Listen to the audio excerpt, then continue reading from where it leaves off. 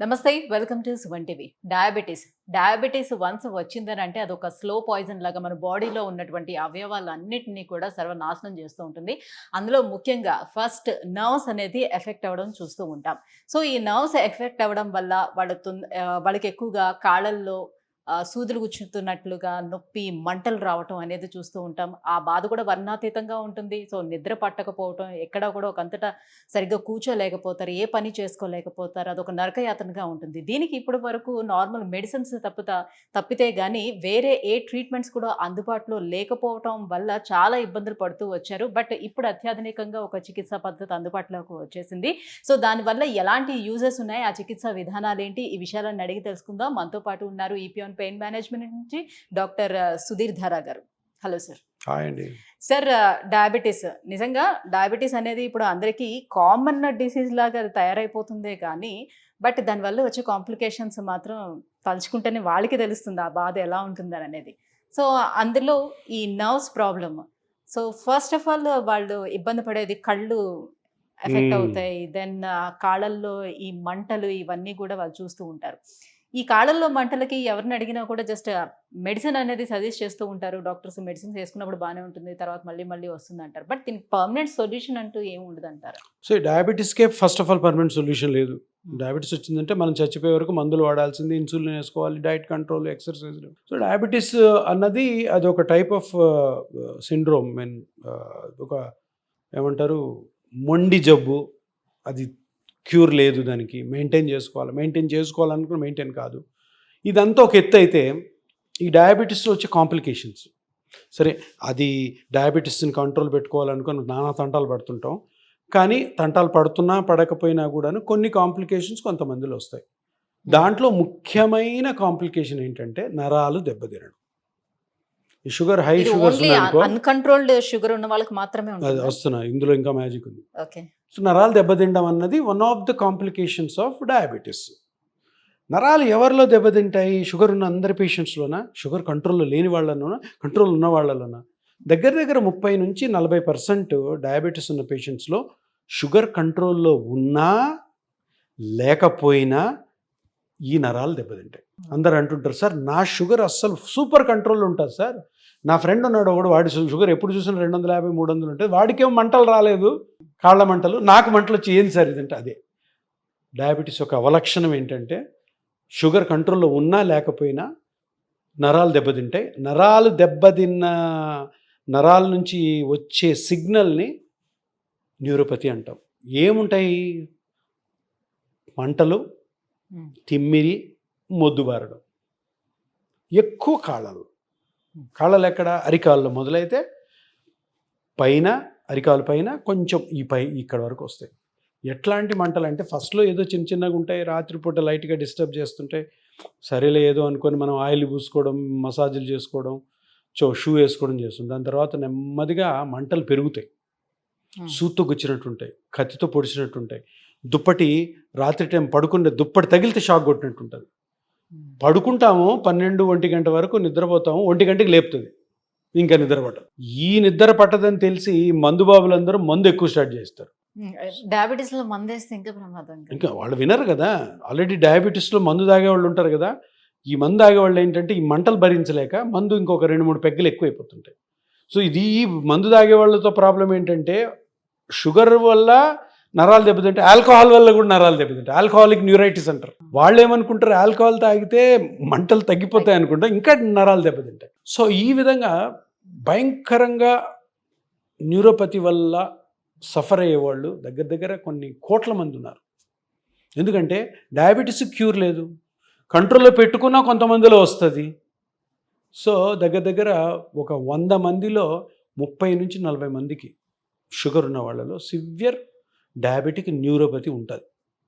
సరే దానికి ఏం ట్రీట్మెంట్? ఇప్పటి వరకు ఉన్న ట్రీట్మెంట్లు ఏంది?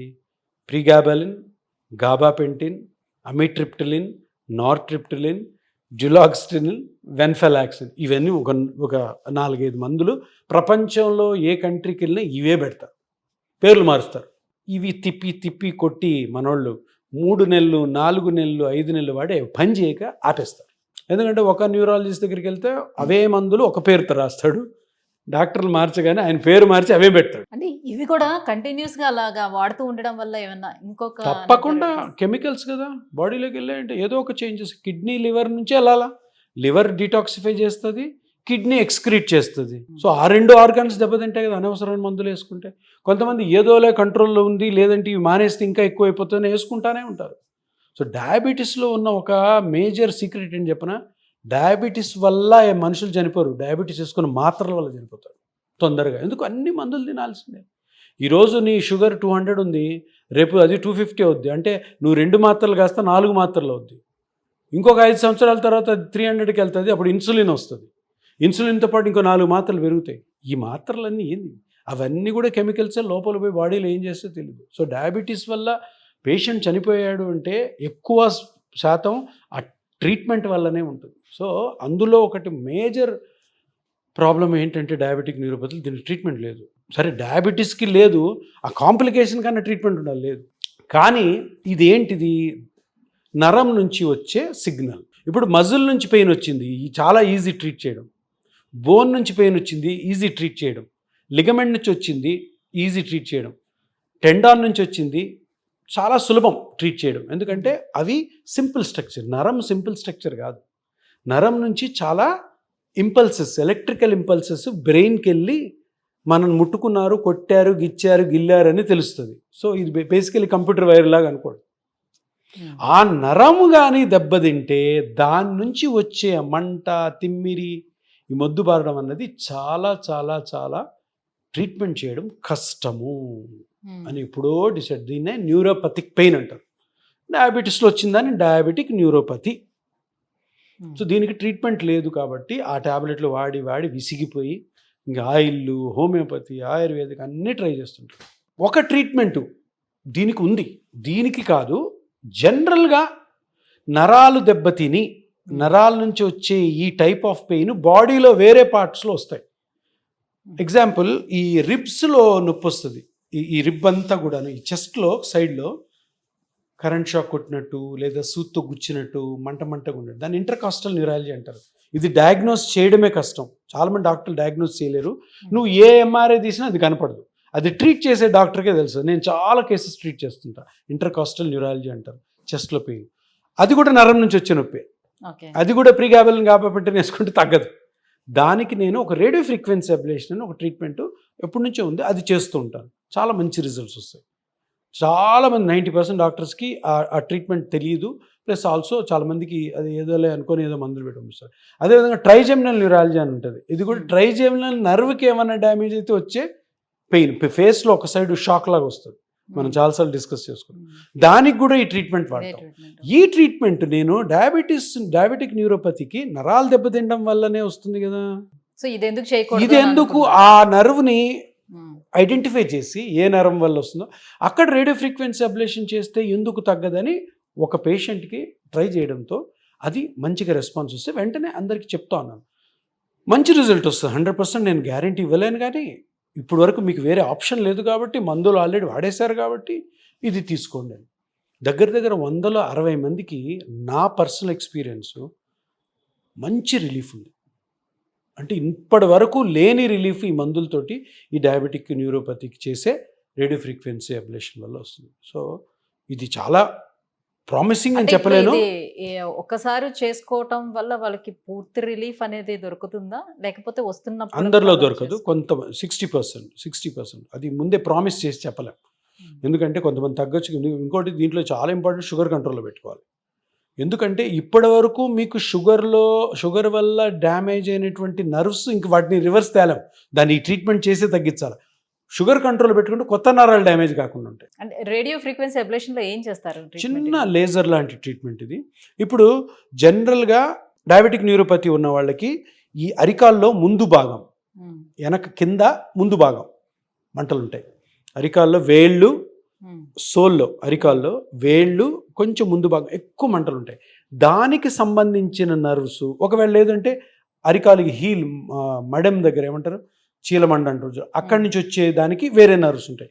మనము ఒక చిన్న నర్వ్ కండక్షన్ స్టడీ అని ఒకటి చేసి ఎగ్జాక్ట్గా ఏ నరాల నుంచి వస్తుందో కనుక్కొని ఆ నరాల్ని మోకాల వెనకాల ఆ నరాలు చిన్న చిన్న నరాలన్నీ కలిపి ఒక పెద్ద నరం అవుతాయి. ఆ నరాన్ని మనము స్కాన్ ద్వారా చూసి దాన్ని స్టిమ్యులేట్ చేసి ఇదే నొప్పి వస్తుందా లేదా పేషెంట్ కనుక్కొని చిన్న ఇంజెక్షన్ తోటి దానికి ట్రీట్మెంట్ ఇస్తారు. దాని ట్రీట్మెంట్ ఇస్తే ఆ నర్వ్ సిగ్నల్స్ ఉన్నాయా అక్కడి నుంచి బ్రెయిన్ పోతుంటాయా నొప్పి సిగ్నల్స్, నొప్పి మట్టుకే ఆ సిగ్నల్స్ని ఇక్కడ ఆపేస్తాం.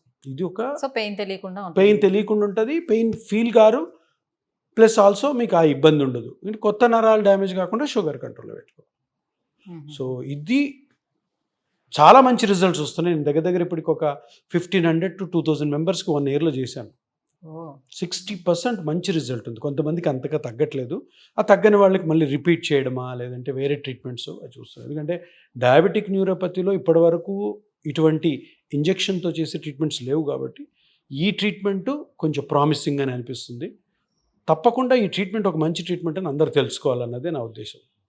Right, thank you so much sir. ఈ డయాబెటిక్ న్యూరోపతికి అందుబాటులో ఉన్నటువంటి రేడియో ఫ్రీక్వెన్సీ అబ్లేషన్ గురించి తెలియజేసినందుకు థ్యాంక్ యూ.